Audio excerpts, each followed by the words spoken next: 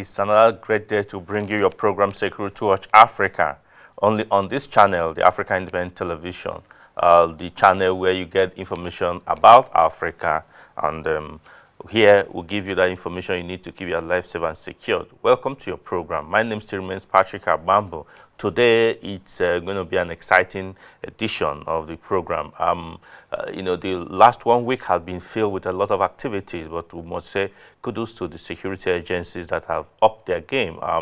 The previous week we had incident report that was not too good, talking about the attacks in the northern Borno, but glad to note that our Nigerian army, our able military stood up, and today they have pushed these insurgents, these terrorists further away out of our land.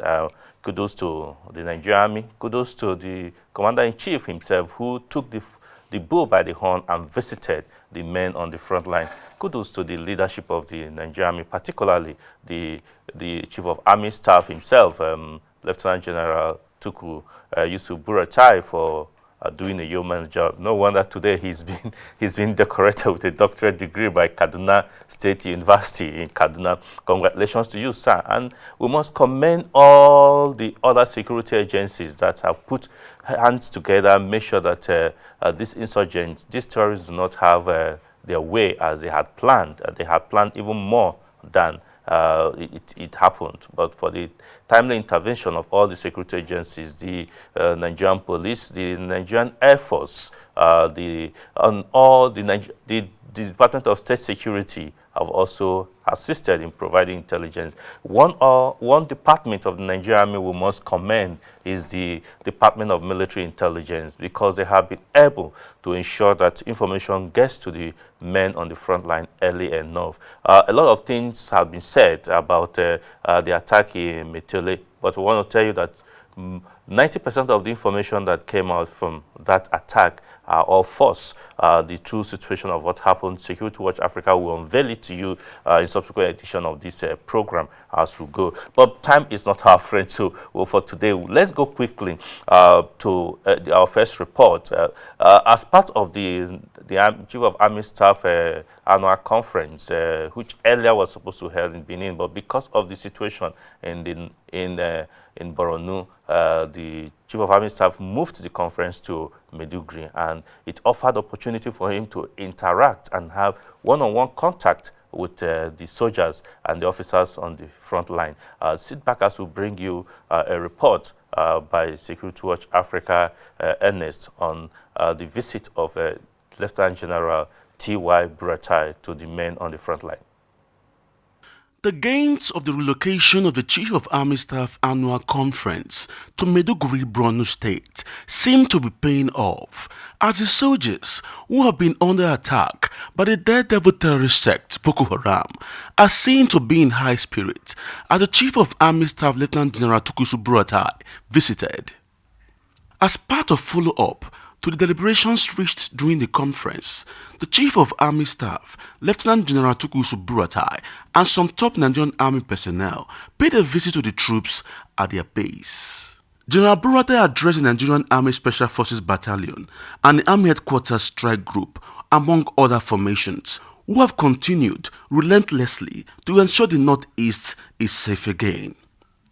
Speaking to the troops, the Army helmsman reminded the soldiers of the successes achieved so far, and that all hands must be on deck to ensure that Boko Haram is flushed out completely. We have done the greatest job so far in the Northeast. The greatest job in terms of degrading the criminals.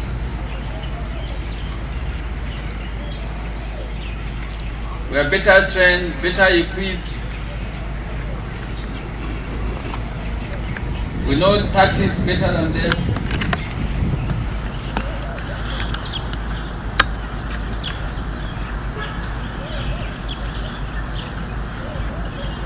And what is remaining is for us to dominate everywhere.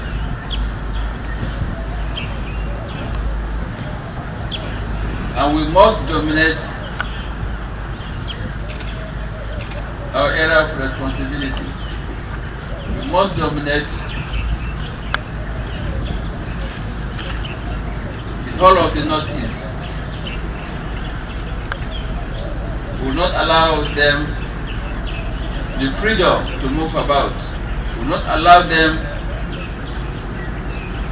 the freedom to escape.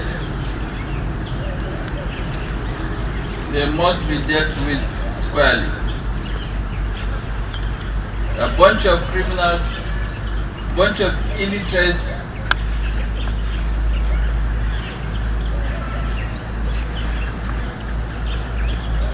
just a matter of raising up and standing to say no to their propaganda, to say no to their vain and invalid threats.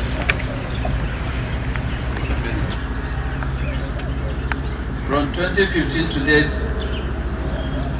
everybody has seen the achievements of the armed forces here on the ground. It's very clear. Very, very clear. So those gaps that are left and those guys moving, crisscrossing, and taking opportunities to inflict casualties on our troops must be blocked and must be stopped immediately.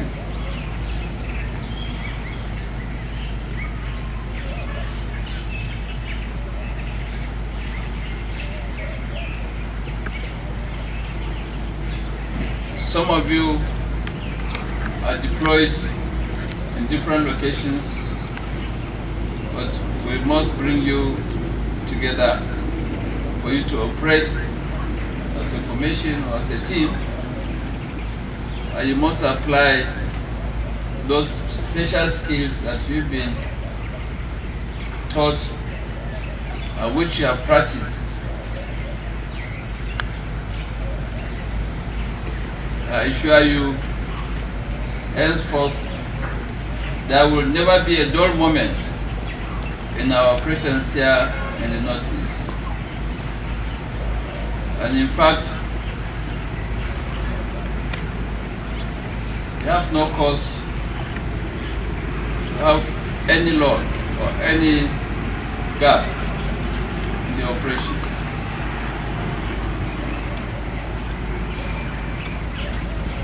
So, as I said, we must make a difference and we must collectively work together to ensure that there is absolute sanity in the way we operate. General Burata later had a private session with the troops where questions bordering on welfare and operations of the soldiers were discussed and answers provided. Ernest Enuneku, Security Watch Africa, Borno State. Welcome back. It's glad to note that after that address by General Buratai to the men went on and pushed these elements further out of our territory, and we hope that they will sustain the battle and ensure that these people are rooted out. During the week, there was report that this ISWAP team sect had threatened that they will shift the attack to the northwest, particularly in Sokoto, Zamfara, Aziz. But I want to assure you that that area is also tight because, as we speak, the Deputy Inspector General of Police, Joshua Kabila, is also there leading the charge, working together with the Commissioner of Police. By next week, we should be bringing to you what is happening in Zamfara, Aziz, to show you that everywhere is tight to ensure that this country is protected and safe. Yes, away from the army now, Security Watch Africa also moved to down to the south part of the Federation, talking about Rivers State, where good news came up, where the Federal Special Anti-Robbery Squad rose up to the challenge and rescued 2 kidnapped victims and killed one of the kidnappers. We'll have this report from Rivers State, Port Harcourt, Rivers State for you. Sit back. Community in Emoha local government area of Rivers State has for some time now served as safe haven to criminals and their devil kidnappers who come out of the bushes surrounding the community to attack unsuspecting commuters and road users, carting away their belongings and kidnapping among their prey those they believe have hostage value. Mrs. Oris Samuel and Mr. Abubakar Babafemi are some of the latest victims of a kidnap syndicate operating around Mbitawa community. The kidnap gang on the 4th of December 2018 intercepted Mrs. Oris on her way to work, forced her into their den right inside the forest, where they tortured her, including inflicting cigarette burns on her, and later demanded for a ransom of 10 million naira. Hours later, the gang went out in search of another prey to increase their chances of making additional income. On their arrival back to their den, they returned with Mr. Abubakar. The information of their nefarious activities had already gotten to the police, and they were on their trail. The Federal Special Anti-Robbery Squad, FSS River State, after gathering adequate intelligence, stormed the kidnappers' den in the forest of Mbitawa community. After exchange of firepower between the FSS and the kidnappers, one of the kidnappers was shot dead, while the remaining members of the gang escaped with bullet wounds. Security Watch Africa spoke with the head of FSS River State, Assistant Commissioner of Police ACP Akin Fakorede, who told us more on how his men were able to bust the hideout of the criminals. A case of rescue and a case of search and rescue, actually. The gentle lady you have seen there, by name Mrs. Samuel, and the gentleman you just spoke to, Saraju, were both kidnapped victims. The lady was kidnapped last night along the east-west road, and the gentleman was kidnapped this morning.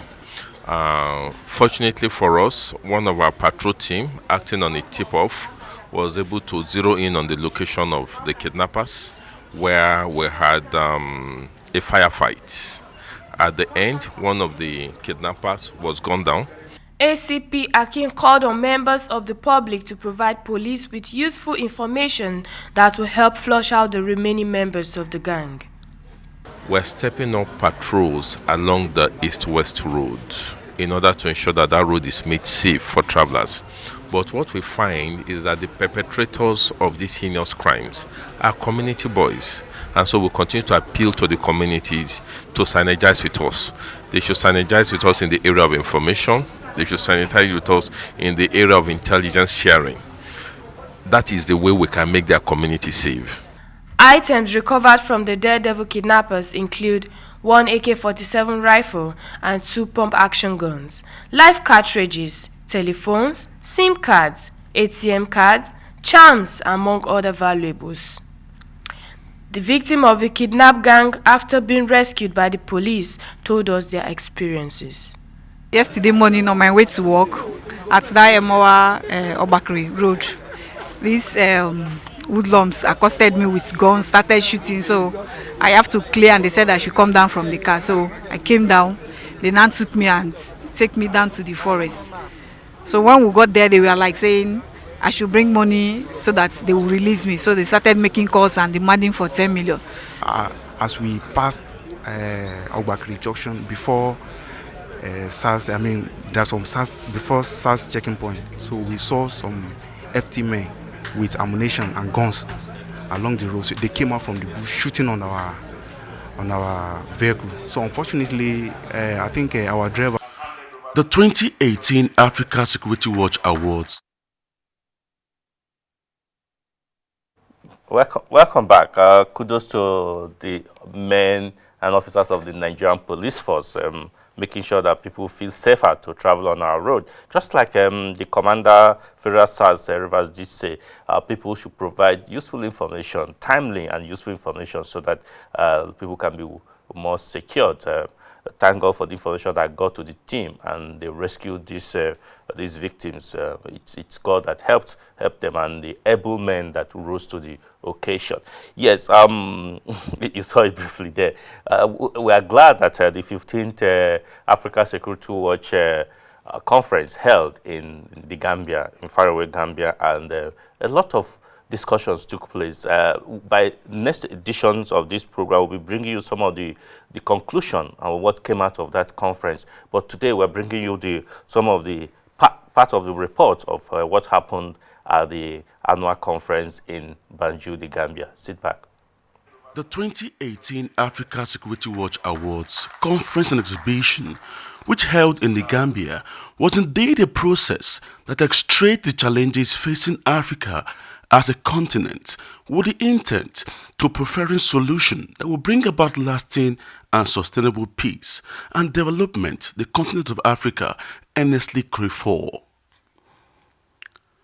Effective leadership and good governance, panacea to extremism and insecurity in Africa, was the theme of the 2018 conference, with participants from Nigeria, Ghana, South Africa, Tanzania, Senegal, the host country, the Gambia, and other non-African countries. The conference was declared open by the chief host, the President of the Republic of the Gambia, His Excellency Adama Barrow, who was represented by the Minister of Interior, Honorable Brema Mbalo. President Barrow said the conference was apt and timely, considering the security challenges confronting the people of Africa. Political stability is fast returning to countries in Africa, particularly with smooth and peaceful transitions taking place in recent past. These welcome developments have indeed brought to the fore the growing respect for people's will, as well as the need to pursue the twin goals of security and development, to be able to reap the benefits of peace and democracy. However, terrorism and extremism has time and again threatened the wheels of progress. Threat to terrorism and other offshoots threaten the regional and international order. Terrorism and extremism has disturbed peace and stability and rendered several institutions in Africa weak and vulnerable. The chairman, Board of Trustees, Security Watch Africa Initiative, General Joseph Nunu Mensah, retired, in his opening remarks, stressed the need for Africa to change its perception of leadership that has done more harm than good to its citizens. In almost every country on the continent, we see thousands of young people roaming the streets, selling imported flimsy goods, and seeking non-existent jobs. In their desperation, they become ready recruits for extremists and other people with diabolical ideas to wreak havoc on our societies. The solution is for our leaders to put the interests of their citizens uppermost in their minds and ensure that every policy decision they make is in the best interest of their citizens, especially the youth. The solution does not lie in the procurement of more deadly expensive weapons and the use of brute force to subjugate the irate youth. The future belongs to them. On ground to moderate the conference was one of Africa's best, Ms. Namuri Ediomioya, General Manager of the African Independent Television, AIT. From the layman point of view, you said earlier that one does not conquer a war with high-tech weapons. Look at other possibilities. Can you expatiate on that, please, while answering your questions? Speaking on anti-terrorism measures from a strategic and tactical perspective, Professor Jacob Mufokeng, Head of Department, Safety and Security Management, Swan University of Technology, South Africa, described terrorism as one of the major setbacks of the continent of Africa, which today has consumed not only billions of scarce monetary resources, but hundreds of thousands of lives, while many have been displaced. Everywhere in Africa, we see where, whether the guerrillas and whatever groups that we may call, they are targeting young people. I was watching History Channel where there was a documentary in one of the countries in Africa where I saw very young people around the age of 12, 13, and some of them, they don't have parents, and they were asked, why are you involved in these acts of terror? And then this young boy, he was so shy, he said that they killed my parents, so I have to fight back for whoever did that. Unfortunately, if then these young people are the future of Africa, then it means that we don't have a future. So it is very much important that we should never undermine what the terrorists are doing, in whatever name that we can call them. That eventually, how do we respond to them? We should not fall into the trap that they want us to be. All hope is not lost, as Africa can still win the war on terrorism and advance the developmental program that will bring the much-needed dividends of democracy down to the people. Professor Jacob outlined some measures that can be adopted by governments of Africa to ensure that peace returns. Firstly, it is very much important that we don't always react to incidents, but we are forever proactive to ensure that our continent remains one of the best continents in the universe. And then number two, we need to bring innovative strategies to own social media platforms. I'm not saying that we should become a big brother, but if you look at how young people, they often refer them as a Y generations, that they were born with technology, that they spent majority of their time on technology, and that's what terrorists are using these days to recruit them. Thirdly, there has to be integrated collaboration. America fell in 9/11 not because of lack of capacity. It was because their units were operating in silos. We see that in certain states where there are so many specialized units that they want to protect information at all costs. And then whereas the other unit within the same law enforcement or within the same state, they will not know what is happening with that other unit. Welcome back. It was really thought-provoking, the conference. So many issues came up, and I'm glad that Security Watch Africa is spearheading this change, this move in Africa. Professor Jacob Mofokeng, it's a man who is fully loaded, and his suggestions were quite noted by all participants. We have close to about 200 participants from various parts of the country, from various parts of the continent who participated. And one thing most of them took home is that they must work together as a unit and not individually, and they need to engage the youth positively. Professor Jacob did say there that social media has become a tool that terrorists are using to recruit the young ones, which is true. So we must own the social media.